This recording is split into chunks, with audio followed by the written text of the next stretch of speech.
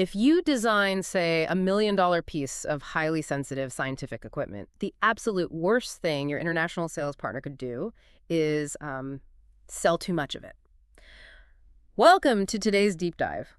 We are exploring the hidden, sort of counterintuitive mechanics of global scientific sales today.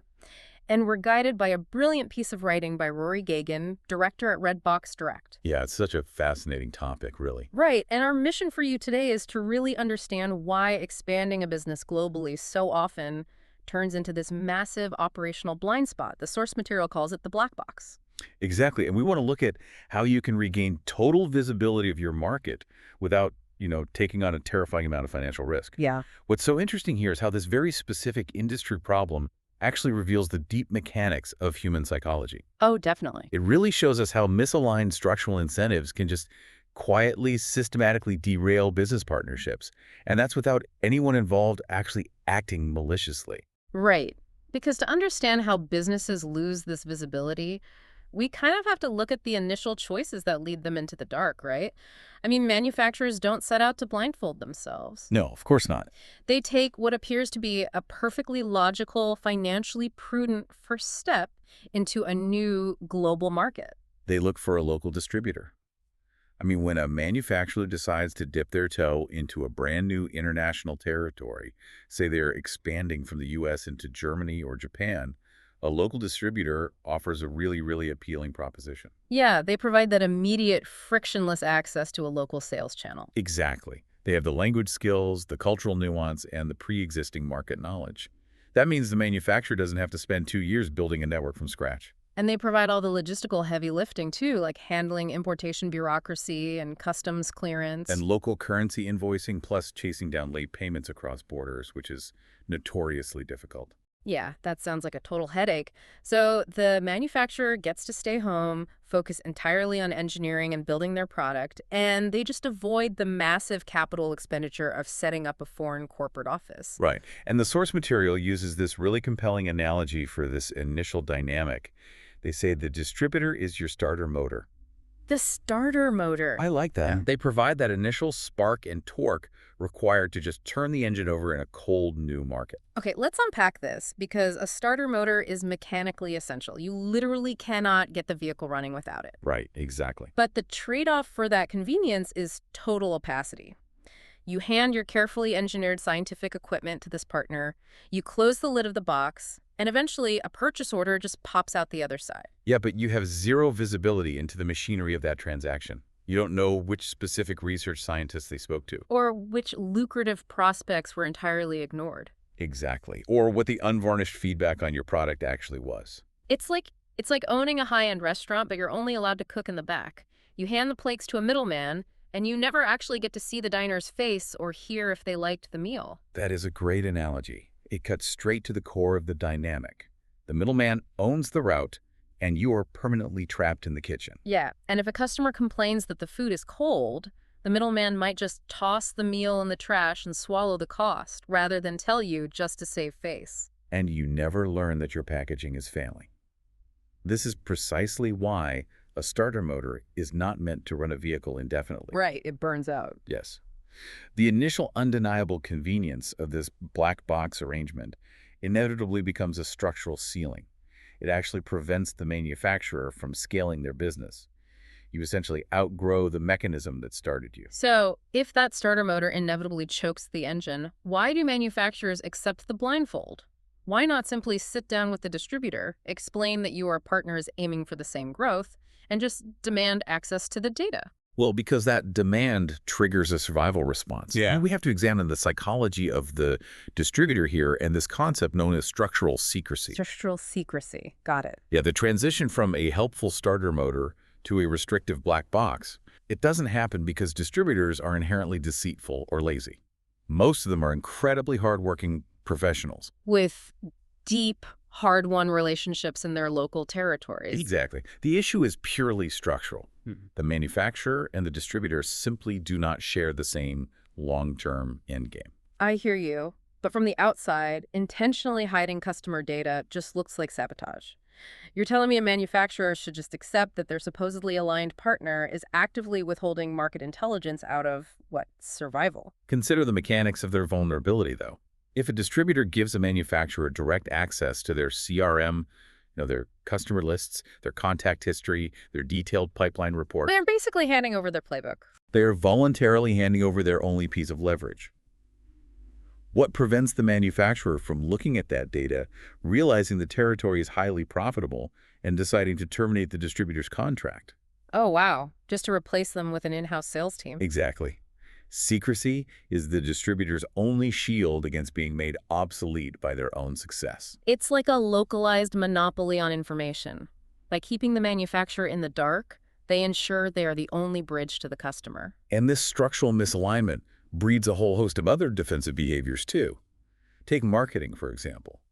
There is a deep, rational reluctance among distributors to invest in long-term brand building for a manufacturer. Because why spend the money if you might lose the contract, right? Right. A distributor is not going to spend $50,000 of their own capital on a massive local trade show or a targeted digital campaign if the sales cycle for that equipment is 24 months, but their distribution contract is up for renewal in 12. Makes total sense. They are forced to operate with a remarkably short time horizon. They harvest the immediate demand but refuse to plant seeds for the future. Exactly. But the most destructive psychological quirk of this entire arrangement, however, is the fear of success. Wait, so they are actually incentivized to hide their success from you? That seems completely counterintuitive to how sales should work. I struggle to believe a commissioned salesperson is going to actively slow down their own immediate payday. Just for some theoretical concept of long-term business security. Yeah, like how does that actually play out in reality? If we connect this to the bigger picture, you'll see it is a highly rational, almost inevitable defensive strategy. Imagine a distributor representing 10 different manufacturers. Okay, I'm with you. One of those product lines suddenly explodes in popularity. Within a year, that single manufacturer's equipment accounts for 70 or 80% of the distributor's total revenue. Oh, I see where this is going. Right. The distributor is no longer an independent, diversified business. They have effectively become a captive subsidiary of that manufacturer, but without any of the legal protections, severance packages, or equity that an actual subsidiary enjoys. Wow. So if that manufacturer decides to pull out of the market or change partners, the distributor goes bankrupt overnight. Exactly. The risk profile becomes apocalyptic for them. So to prevent that catastrophic concentration of risk, the distributor will mechanically intervene to throttle the manufacturer's growth. How do they do that? Do they just stop answering calls? They might intentionally raise the local retail price of the equipment, widening their own profit margin on every unit while simultaneously suppressing the overall volume of sales. That is wild. Or if a local university asks for a quote on your machine, the distributor might sit on that request for 3 weeks because they are prioritizing closing a deal on a completely different manufacturer's centrifuge. Just desperately trying to keep their revenue portfolio balanced. Precisely. So the manufacturer is sitting in their headquarters, looking at flat sales figures, assuming the European market is just experiencing an economic downturn, when in reality, their own partner has both feet firmly planted on the brake pedal. It perfectly highlights the fundamental unfixable flaw in the traditional vendor-distributor relationship. It is an architecture practically designed to breed mistrust, opacity, and misaligned incentives. So what does this all mean? If we accept that the distributor is structurally forced to hide data and throttle sales just to protect their own business, we have to look at what that opacity actually looks like for the manufacturer on the ground. You are operating in a total void. Yeah, you literally don't know who your prospects are. And the operational damage is profound, especially in a field as highly specialized and consultative as scientific equipment. Because you don't know who they are, you are blocked from building any lasting relationships with the scientists actually using your gear.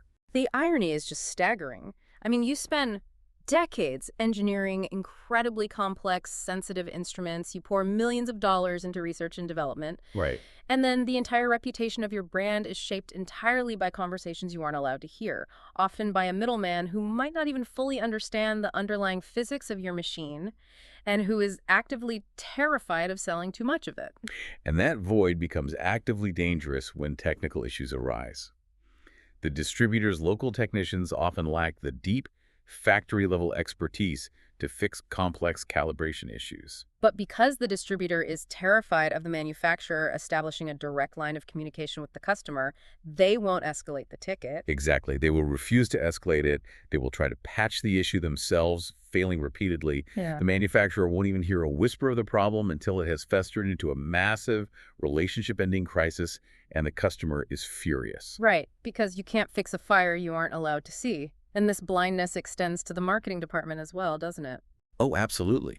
A manufacturer might spend a fortune on a global digital marketing campaign, generating hundreds of leads, but when they hand those leads over to the black box, the feedback loop goes dead. They have zero idea if the campaign resonated. They don't know which specific features the local scientists actually care about or what the conversion rate is. Transparency is the only mechanism that allows for strategic decision-making. Which makes total sense. With clear, unfiltered data on customer interactions, lead attribution, and technical support requests, a manufacturer can actually align their investments with market reality. Visibility is not just about a corporate headquarters wanting to micromanage a foreign territory. Visibility is a prerequisite for brand survival. With clear data, you align incentives and fix issues early. Here's where it gets really interesting, though, because the manufacturer and the distributor are just 2 points on a triangle. Yes, the ultimate victim of this structural dysfunction is the end user. The scientist standing in the lab. Right. To grasp the full impact, we have to examine the unique operational reality of the scientific buyer. These are not standard B2B buyers looking to improve margins or save a few bucks. Or procurement managers buying bulk office supplies, right? Exactly. The true currency of a scientist is validated, reproducible results. They need data, not delays. Their entire professional ecosystem revolves around the grant cycle. Okay, so how does that work in practice? Well, a researcher might secure a highly competitive 2-year grant from a National Science Foundation. That money is strictly time-bound. If they purchase a mass spectrometer and a critical component fails, a delayed resolution doesn't just mean a minor annoyance. Right, a delayed part for a normal business is an annoyance. A delayed part for a scientist could mean a stalled career or a completely ruined experiment. Exactly. If the distributor plays a 3-week game of telephone with the manufacturer over a replacement part, the scientist's biological samples might degrade. The delay eats directly into their grant timeline. It jeopardizes their ability to complete the experiment and publish the resulting paper. In this highly specialized field, the physical piece of scientific equipment and the highly specialized technical support required to keep it running are not two separate commodities. They are a single, indivisible package. So trusting the manufacturer is a prerequisite for trusting the scientific data the machine produces. Spot on. If that researcher senses a wall between themselves and the original engineers who designed the equipment, if they feel they are dealing with an intermediary who is filtering or blocking direct communication, they simply will hesitate to buy. They won't authorize the purchase. They cannot afford the risk of being isolated when a complex calibration fails mid-experiment.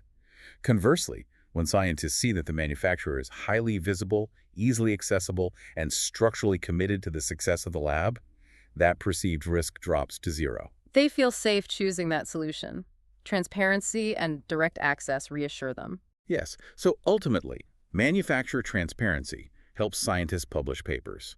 When we talk about escaping the black box, we aren't just talking about improving a manufacturer's quarterly sales quotas.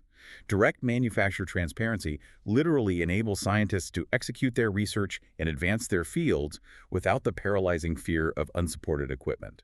Okay, so if the current distributor model is fundamentally broken for both the manufacturer who loses control and the scientist who loses time, what is the alternative? I mean, how do you actually escape the box? Because the traditional route is known to be a logistical nightmare, right? Yeah, the legacy alternative to using a distributor is establishing your own foreign subsidiary. For a small or medium-sized enterprise, an SME, that is a monumental, often prohibitive undertaking. Because it involves navigating the mechanics of a foreign corporate landscape. You stop being an agile engineering firm and suddenly have to become an expert in international corporate compliance. The mechanics are grueling. Like hiring local legal counsel? Just to register the corporate entity, you have to open foreign bank accounts, which can take months due to regulatory hurdles. You have to sign commercial real estate leases, understand Byzantine local labor laws regarding severance and employee rights, and establish complex payroll and tax systems. Oh, wow. And then there's the psychological toll on the ground. Yes, the source material brilliantly calls it the loneliness of the one-person outpost. You go through all of that legal friction just to hire one or two local sales representatives, and they're sitting in a small rented office in Munich or Tokyo, completely isolated from your company culture back at headquarters. They lack immediate support, they lack camaraderie, and they inevitably burn out. It's too costly and risky for SMEs. Which makes sense. So when an SME leadership team looks at the massive fixed overhead, the legal liability, and the sheer operational friction of setting up a standalone office, they usually just retreat. They decide the structural secrecy of the black box is the lesser of two evils. They accept the blindfold because taking it off costs too much. But this leads us directly to the middle ground introduced in the source material, the red box direct managed office model. Yeah, it acts as a halfway house. It functions as a transparent extension of your own team, completely bypassing that traditional binary choice. So it's essentially Distributor 2.0. You're getting the local boots on the ground, but you get to keep the brain and the eyesight of the operation. You open the lid. Basically, yes. The mechanics of the managed office are incredibly elegant. Redbox Direct already has the established legal entities, the local bank accounts, and the HR infrastructure in these foreign markets. Okay, so they absorb all the bureaucratic friction, tax compliance, and payroll logistics. Exactly. You get local sales and logistics expertise without setting up a legal entity. But the operational reality for the employee is entirely different. How so? That local sales engineer wakes up every morning, puts on a polo shirt with your company's logo, emails clients from your company's domain name, and reports directly to your VP of sales. So you maintain your brand identity and gain full visibility of customers and support. Exactly. You have unhindered access to the CRM. You see every single customer interaction, every requested quote, and every technical support ticket the moment it is logged. You know exactly what the local scientists are demanding. And crucially, because it is a managed service, the infrastructure can scale up or scale down in direct proportion to your actual sales volume, completely eliminating the burden of massive fixed overhead. This raises an important question, though, doesn't it? It does. This raises an important question about balancing risk versus control. For decades, the industry operated under this false dichotomy. You either accepted the total blindness of a distributor to keep your financial exposure low, or you took on overwhelming legal and financial overhead to secure visibility. And this managed office model proves that companies don't have to choose between total blindness and overwhelming overhead. It shatters that dichotomy. You get to keep the brain and the eyesight of the operation firmly in-house while relying on an established infrastructure to handle the local administrative gravity. You finally get to see exactly how the machine operates. Okay, let's briefly recap this journey. We started by examining how the highly convenient starter motor of a traditional distributor eventually, and inevitably, turns into a restrictive black box. Right? We looked under the hood of structural secrecy, understanding the structural reasons exactly why they hide data, and how the fear of becoming a captive subsidiary forces distributors to intentionally throttle a manufacturer's sales. And we discuss how that opacity hurts scientists who just want to publish papers and need reliable equipment. Yeah, and finally, we explored the red box managed office solution that restores transparency as that perfect middle ground. It represents a fundamental paradigm shift in the mechanics of global scaling. And it leaves you, the listener, with something highly actionable to consider moving forward. Take a hard look at your own professional life or business. That's a great exercise. Where are you currently accepting a black box situation simply because it was the easiest way to start? And more importantly, what is that lack of visibility costing you right now? Because the longer you allow yourself to operate in the dark, the more control you cede over your own growth. Thank you so much for joining us on this deep dive into the hidden machinery of global visibility. Keep scrutinizing the structures around you, demand transparency, and we will catch you on the next one.